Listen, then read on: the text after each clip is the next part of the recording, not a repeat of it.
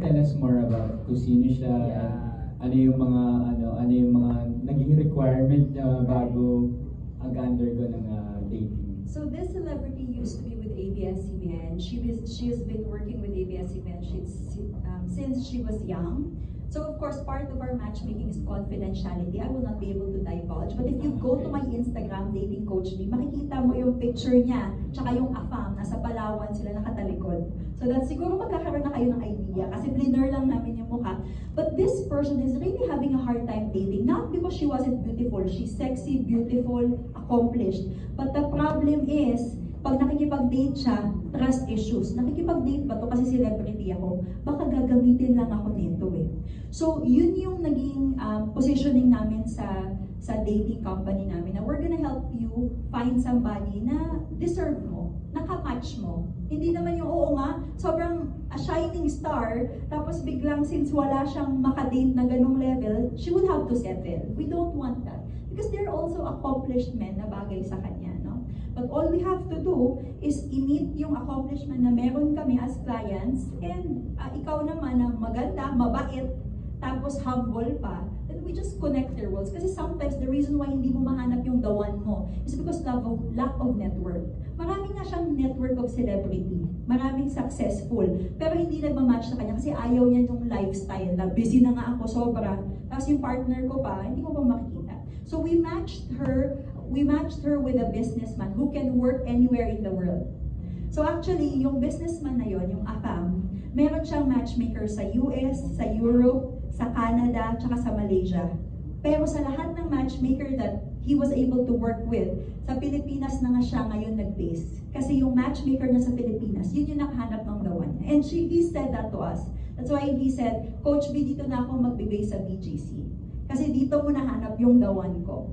And so, maraming ganon, yung businessman na nag-work online, hindi mo naman kailangan ng base na country, no? Pero kasi goal na nila sa buhay, since tapos na sila kumita ng pera, gusto nila mahanap yung the one na hindi sila lulukohin, yung hindi pera yung habol. So, super perfect tong celebrity na to kasi mabait, humble, and naghahanap lang talaga ng sincere na mababang asawa. Kamusta na sila ngayon? So we've learned about the relationship 2 months ago. So super bago pa yung relationship.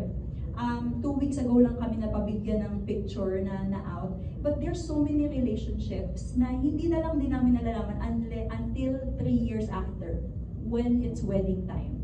So it's part of the stigma also in the Philippines. Ayaw namin malaman na galing sa dating company. Ayaw namin malaman na reto ni Coach B. Kasi hindi pa kami ready. Gusto namin pinakilala ng kaibigan, pinakilala ng whatever. So part of our education is hindi nakakahiya yun. Kasi mas maganda nga eh. Kasi may tumulong sa'yo na i-filter yung mapapangasawa mo. And that's us. That's what we do as part of our background check. May anak? How much is the fee? How much is the Wala fee? For the... After your dating... Opo. Ang dating company po kasi namin, meron siyang social club. Ito yung parang mga samahan ng mga singles. Mura lang naman siya kasi parang yearly fee. And pasok siya sa parang kita ng mga Pilipino. Pero kailangan pa rin pag-ipunan, di ba? Pero that's why etong dating company is para to sa mga taong willing mag-invest sa relationship. Can you mention the amount? Okay, we can mention po, it's just 20,000 for 1 year. 20,000 pesos. 1 year na po yun. Every week meron kaming event sa mga singles. Ibig sabihin, miss na nasa bahay ka lang, hindi naman talaga kakatok yung yung love life mo sa bahay. Lumabas ka, ipapakilala kita sa ibang single. Ikaw pa rin magde-decide kung sino bagay sa'yo. In-expose lang kita sa option mo. I read in the New York Times that there's a school in Singapore where students are encouraged to fall in love. Yes. Like a matchmaking school. That's true. And recently in China, they have launched a matchmaking related na college course.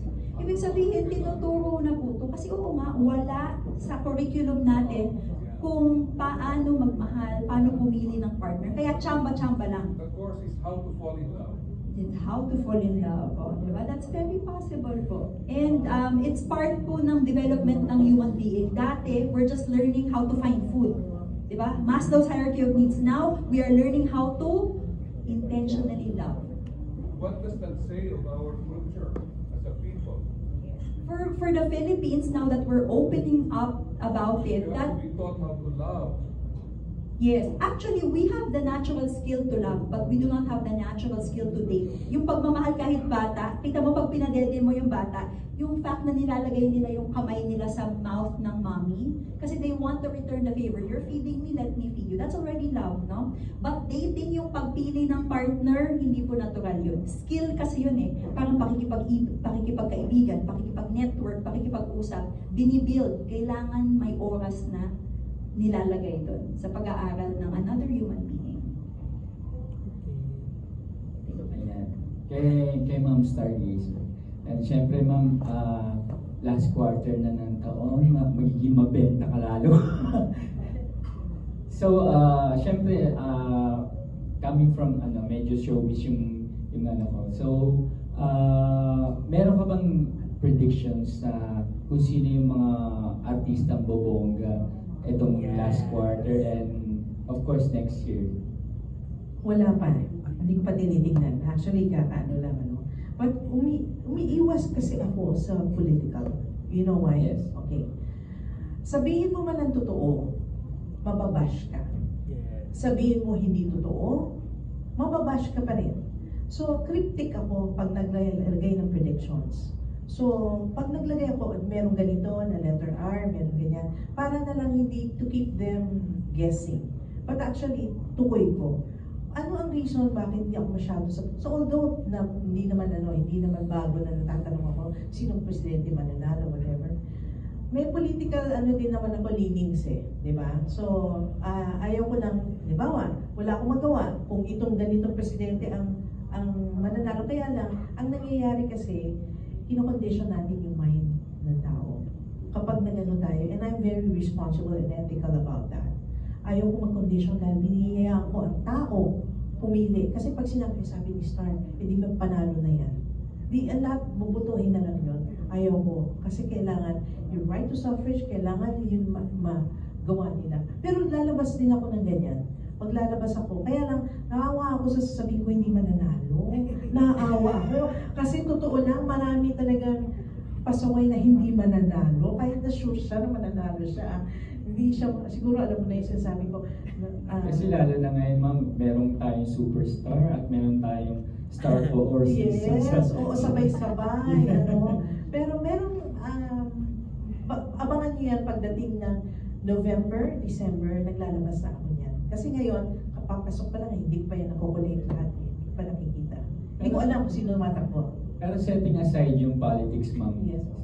general showbiz, sino yung nakikita yung talagang bobongga yung career sa showbiz? Alam mo, sa totoo lang, you watch out for the pairs ngayon, Yes. yung mga pares-pares. Opo. Bobongga sila, yung both GMA, both ABS. May pairs niya na nangiyubang mga bobongga lalo niya. Yun. Lalo po ngayon, merong may parating na movie, Ayan. ang Catherine at saka Alden. Yes. Ano po nakikita niyo sa... Maganda yan. It's very intriguing. Actually, ang maganda ang pangitain. Ibig sabihin nito, maraming lalabas na dami yung question, yung maraming kikiligin. Maraming lalabas na secrets. Wow. Oo. Pero syempre, surefire na ba box office Yeah. itong Yes. pelikula? Yes. Thank you po, ma'am. Yes, last na lang kay Ma'am Lulu. Ma'am Lulu, syempre sa mga celebrities natin, meron ka ba mga payo pagdating sa sex? Kasi syempre, di ba yung mga celebrities natin ngayon medyo na rin, hot and Okay, so alam mo, yung pagtatalik na yan between celebrities, I don't care who you are, okay, is kailangan mag-ingat din sila. Okay? If it's the right time to get married, then it's the time to have babies. Hindi yung, bago ka pa kinasal, doon ka na magkaka-baby. Okay, ganito lang yan. Kunyari may nag-asawa na celebrity couple. Okay? Ang sa akin lang, tulad na sinabi ni Coach V, yung pagmamahal dapat nakakonect. Okay? Remember, yung pagmamahal na yan, meron mo ng communication, and then connection para maging climax. I call it the triple C. Communicate, connect, climax. Pero pag nag-asawa na yan, nagtalik na. Nagtalik na sila, di ba? Tinuturo ko kasi how to have a baby boy, baby girl, scientifically. Not the Chinese calendar. Hindi po totoo yun. Okay? Hindi rin yun dahil ang buwan na dito, lalaki yan, ang buwan na doon, boy yan, ganyan, girl. No.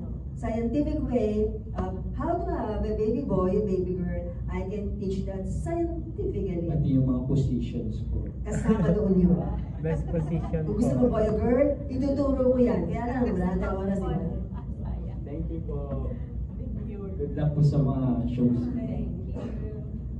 Ayan, salamat po Tito Glenn. Yun, ang next kong tatawagin si Kenneth Quinto of Kapamilya Kingdom. Pero may tanong lang po ako kay Dr. Lulu. I think nabanggit niyo po kanina na sex is taboo dito sa Pilipinas. Pero I think may generational difference dun sa opinion ng mga tao regarding sa sex. There's a demographics kasi naging hit dito sa Pilipinas yung Netflix series na Sex Education and yung locally nag-produce ng The Cat Show